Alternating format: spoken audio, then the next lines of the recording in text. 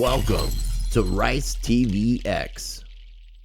So why did you choose to not specifically just in DC, but ultimately in DC? But why did you choose to wear the headdress, have the staff in DC, painting your face, kind of almost war paint with red, white, and blue, having a American flag on a spear or a staff? I'm not sure exactly which one it is because I'm not sure what the media reported that was correct. But why did you choose to appear the way that you appear ultimately, whether or not in DC or prior to?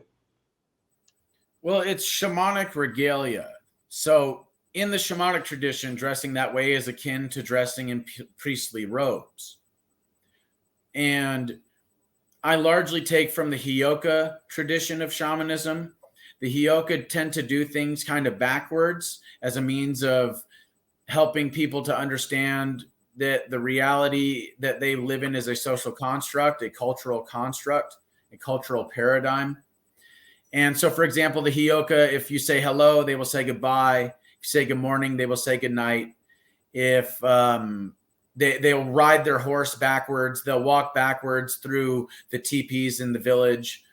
And then a lot of the time, and this isn't just in Native American tradition, but all throughout shamanic cultures around the world, the shaman usually lives on the outskirts of the tribe, and they watch the tribe.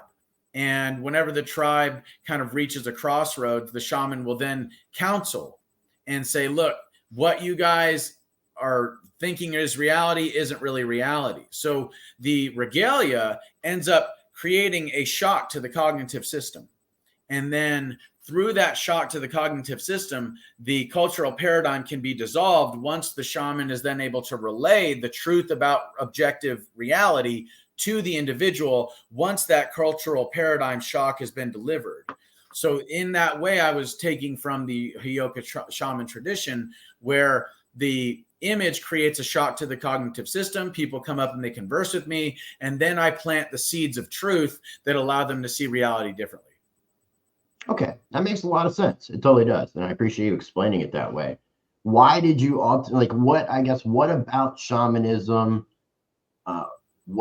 Well, let me try to rephrase this correctly. What was it about shamanism that was so attractive to you, and what exactly is shamanism to you? Well, let's start with the definition for shaman. It is an anthropological term that is taken from the Siberian or Mongolian tradition. Shaman simply means the one who knows. So it's like a medicine man, basically, or medicine woman. To be a shaman, you don't have to be a man. You can also be a woman. And it just means the one who knows. Now, in my study of all religions, because I wanted to know who God was, what God was, where God was, why God was, I looked to all religions to see, okay, well, what's their thing? What are they saying? What is their belief? Why do they believe what they believe? How does this relate to this religion or that cultural tradition or whatever? And what I came to find is that shamanism is at the roots of all religious traditions. If you think about it, in all shamanic cultures all over the country, all over the world, it doesn't matter what exactly the language or the tongue they speak, they believe in several key foundational factors. Number one, the belief in God or a unified field or a unified life force. Number two, they believe in a spirit world where there are positive and negative entities, demonic or angelic entities.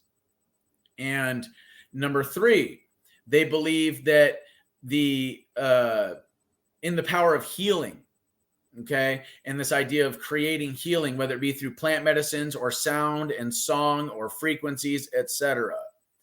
They also believe that if they ally themselves with some of these angelic spirits, they can get and ally themselves with God, then they can create or facilitate this healing much more rapidly.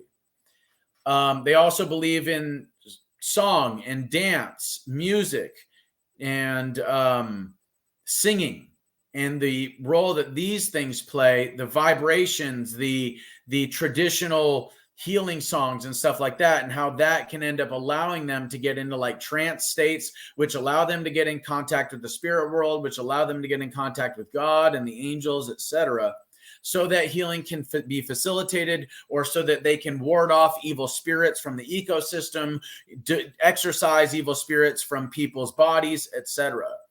They also all believe in sacraments and like this idea of healing plants or sacramental plants that allow them to get in touch with the spirit world, allow them to get in touch with God, etc.